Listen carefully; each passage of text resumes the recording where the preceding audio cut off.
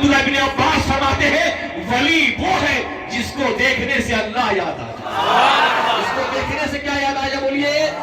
اللہ یاد آ جائے. کیونکہ ٹائم 10 منٹ بچا ہے اس لیے کہ ادھر گھڑی کا کانٹا چلتا ہے ادھر میری سانس بھی تیز ہونے لگتی ہے, دل کی دھڑکن بھی تیز ہو جاتی ہے. بس قسم خدا کی بس آپ کی محبت ہے. اور یاد رکھیے, دعا کیجئے.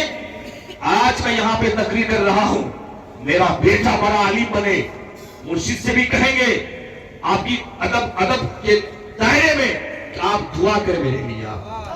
میرا بیٹا بھی آ کر کے جس طرح سے اس کا باپ سینہ کا خون نکال کے جلا رہا ہے, کم سے کم اس کی اولاد, اس کی نسل بھی آئے. ہماری کیا سارے علماء کرام کی نسل آئے اور اس سرزمین, اس باغبانی کی سرزمین سے آپ کی خدمت کرے. وہ ہم آپ کا نوکر بن کر کے آئے ہیں, آپ کا خادم بن کر کے آئے ہیں. ہمیں اسی پہ ناز ہے. اب آئیے جو میں اصل بات کی طرف آتا ہوں.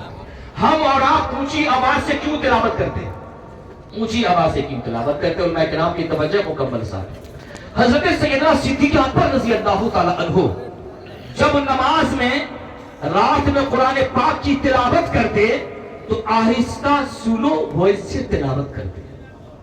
یہ سبحان اللہ, اور چن کے لایا ہوں, بڑی قیمتی بات ہے یہ.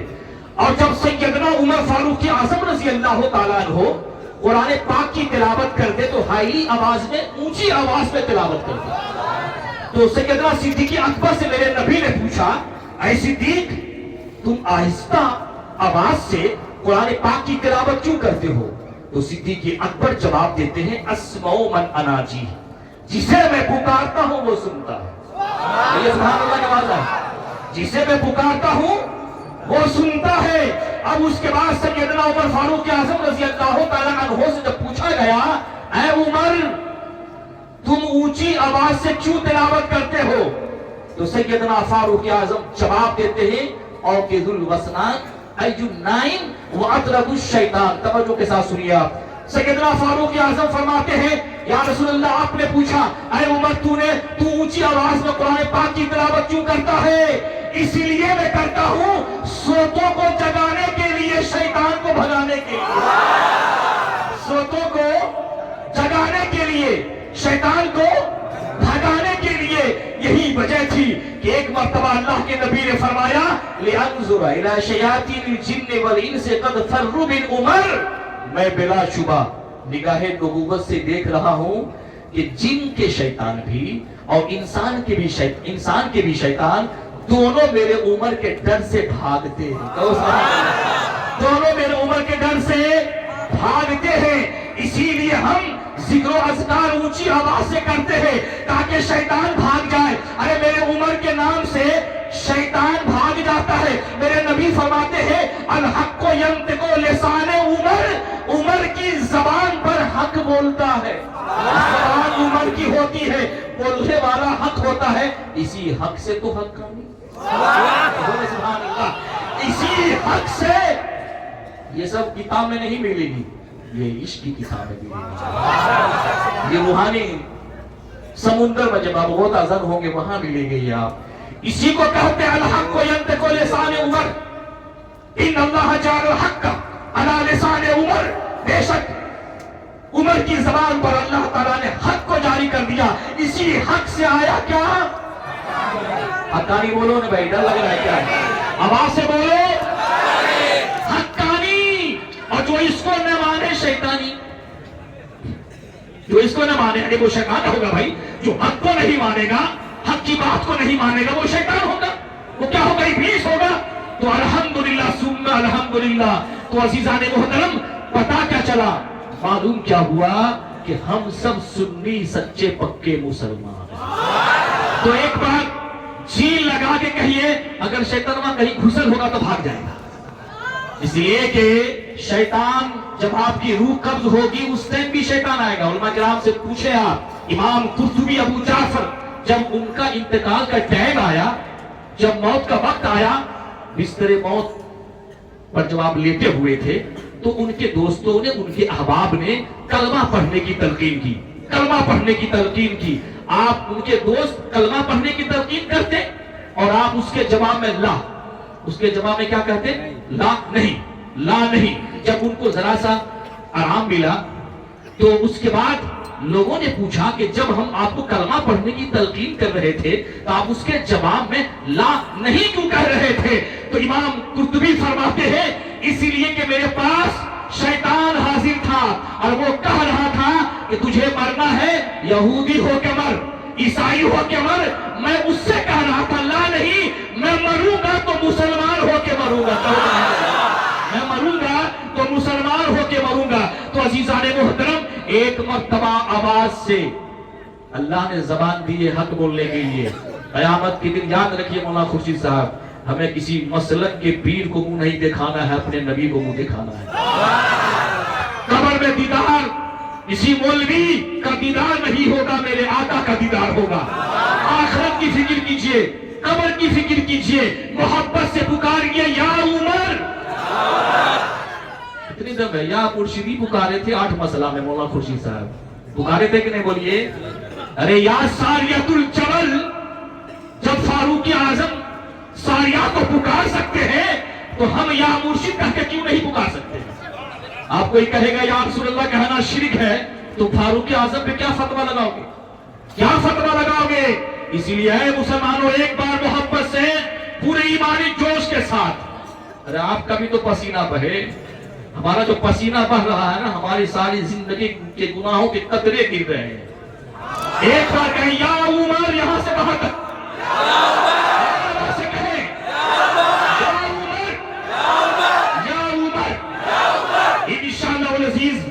جب فاروق اعظم کا ذکر کرو گے ڈائریکٹ فاروق اعظم سے فیض حاصل ہوگا، ڈائریکٹ فاروق اعظم سے فیض ہوگا انشاءاللہ۔ کیونکہ وقت نہیں ہے، نہیں تو ایک اور بات ہم آپ سے کہتے انشاءاللہ کل بولیں گے۔ مولانا خورشید صاحب آج 8 مسئلے میں بیان کر رہے تھے، اللہ اور اس کے رسول اور مرشد کافی اچھے بول رہے تھے نا۔ لوگوں نے اس پہ فتویٰ لگا جو یہ کہتا ہے کہ ہمارے لیے اللہ بھی کافی ہے، رسول اللہ بھی کافی ہے، وہ مشرک، وہ کیا بولیے؟ وہ مشرک ہے۔ اگر 5 منٹ وقت دیں آپ تو بول دیں حضرت، 5 منٹ وقت ہے، قیمتی بات ہو رہی ہے۔ ترمذی شریف علماء کرام بیٹھے ہوں، بس سجدہ لب بولے جیسے محبت سے کہیں سبحان اللہ۔ ذرا قریبی لگ رہی نا آپ لوگوں کو؟ کیوں بولیے؟ کیوں بولیے؟ کیوں؟ عمر کا جو نام لیا نہیں سنا۔ اور شیطان ایک بار جانتے خواب میں کیا، وہ شیطان ماں آیا، ہم سے ملاقات ہوگی شیطان ماں سے، کہا کہ ہمارا آپ کے ساتھ جو معاملہ تھا سب ٹھیک ٹھاک چل رہا تھا، آپ وہاں جا کے علی یا فاطمہ عمر کیوں چلا رہے ہیں؟ ہم پورا ٹینشن ہوتا ہے۔ یہاں تک علماء لکھتے ہیں کسی کو نائٹ فل کی شکایت ہو، احتلام کی شکایت ہو، جب رات کو سوئے تو وہ اپنے ناف کے اوپر میں کیا لکھ لیں حضرت؟ یا عمر، صرف لکھ لیں، عمر لکھ لیں، تو انشاءاللہ العزیز شیطانی وسوسوں سے اس کو احتلام نہیں ہوگا، نائٹ فل نہیں ہوگا۔ یہ ہے، یہی وجہ تھی کہ انگریز نے کہا تھا کہ اگر مذہب اسلام میں اگر دوسرا کوئی عمر ہوتا تو آج پوری دنیا میں صرف اسلام ہی اسلام رہتا، پوری دنیا میں صرف اسلام ہی اسلام رہتا۔ تو عزیزان محترم، ترمذی شریف کی حدیث ہے، ابو داؤد کی حدیث ہے، مشکات کی حدیث ہے، یہ سن لیجئے۔ کیا بھروسہ ہے زندگانی کا، آدمی بلبلا ہے پانی کا، کل آنے والا سورج ہم دیکھیں گے یا نہیں دیکھیں گے پتا نہیں ہے، ہم دوسری سانس لیں گے یا نہیں لیں گے یہ پتا نہیں ہے۔ ترمذی شریف کی حدیث ہے کہ ایک مرتبہ ایسا ہوا، فاروق اعظم فرماتے ہیں ایک مرتبہ ایسا ہوا کہ اللہ کے نبی نے فرمایا کہ اللہ کی راہ میں تم لوگ صدقہ و خیرات کرو۔ کیا کرو بولیے؟ صدقہ و خیرات کرو۔ تو فاروق اعظم فرماتے ہیں کہ اس دن میں نے سوچا کہ آج بہت اچھا چانس ہے صدیق اکبر سے آگے بڑھنے کا، صدیق اکبر سے آگے بڑھنے کا۔ میں سارا مال اللہ کے نبی کی بارگاہ میں پیش کروں گا، صدیق اکبر سے میں آگے بڑھ جاؤں گا۔ کہیے سبحان اللہ۔ کیا جذبہ تھا مسلمانوں صحابہ کے اندر، اور آج ہم کیا سوچ رہے ہیں؟ ارے وہ بائک پہ چلتا ہے، ہمارے پاس ہی بائک ہوتا ہے۔ اور صحابہ کرام کے اندر کیا تھا بولو؟ عمل میں وہ آگے بڑھ رہے ہیں تو ہم بھی آگے بڑھ جائیں، کہو سبحان اللہ۔ اسی لیے جذبہ اپنے اندر لیجئے، باپ نمازی ہے تو بیٹا بھی چاہے کہ ہم بھی نمازی بن جائیں، شوہر نمازی ہے تو بیوی کو چاہیے کہ ہم بھی نمازی بن جائیں۔ تو فاروق اعظم فرماتے ہیں آج اچھا موقع ملا ہے، آج ہم اللہ کے نبی کی بارگاہ میں مال دیں گے اور اس کے بعد میں صدیق اکبر سے ہم آگے بڑھ جائیں گے۔ اب سنیے، فاروق اعظم فرماتے ہیں میں آدھا مال لے کر اللہ کے نبی کی بارگاہ میں حاضر ہوا۔ کہیے سبحان اللہ۔ اللہ کے آدھا سمجھ رہے کہ نہیں؟ آدھا ہاف اللہ اللہ کے نبی کی بارگاہ میں مان لے کر کے حاضر ہوا تو اللہ کے نبی فرماتے ہیں ما ابقیت لأہلک، اے عمر اپنے گھر والوں کے لیے کیا چھوڑ کر کے آئے ہو؟ تو فاروق اعظم فرماتے ہیں یا رسول اللہ آدھا مال ان کے لیے چھوڑ آیا ہوں. کہو سبحان اللہ.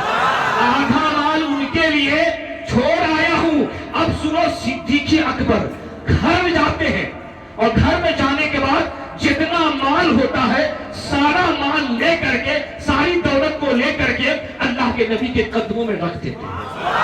اور اس کے بعد میرے نبی ارشاد فرماتے ہیں صدیق اپنے گھر والوں کی ماں ابقیت لأہلک، اپنے بال بچوں کے لیے کیا چھوڑ کر کے آیا؟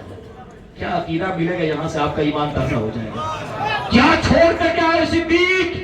تو صدیق اکبر جواب دیتے ہیں، سنیے آپ کا ایمان تازہ ہو جائے گا.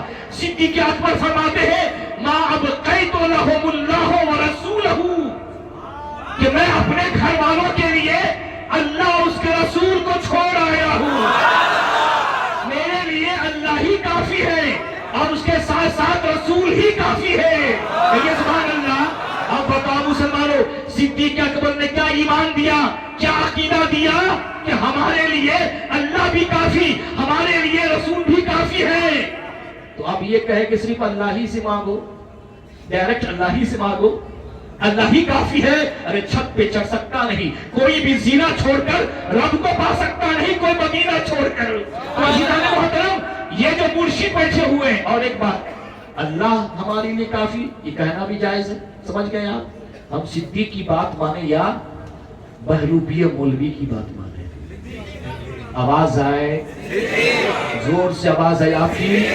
اسی لیے حق کا باطل کا شور ہوتا ہے، حق کا جملہ لیتے جائیے، باطل کا شور ہوتا ہے، حق کا زور ہوتا ہے. یہ جو مرشد ہے، جو اللہ کے دوست ہے، وَهُوَ يَتَوَلَّى الصَّالِحِينَ، جو نیک بندے ہوتے ہیں وہ اللہ کے دوست ہوتے ہیں. اب نبی نہیں آئیں گے، نبوت کا دروازہ ہمیشہ کے لیے بند ہو چکا ہے. تو یہ ذمہ داری، دین پھیلانے کی ذمہ داری کس کے کاندھے پہ رکھی؟ مرشد. صالحین بندوں کے کاندھے پر دین کی ذمہ داری دی گئی ہے. اب کوئی نبی نہیں آئے گا، نبوت کا دروازہ بند ہو چکا ہے، مگر ولایت کا دروازہ قیامت تک کھلا رہے گا.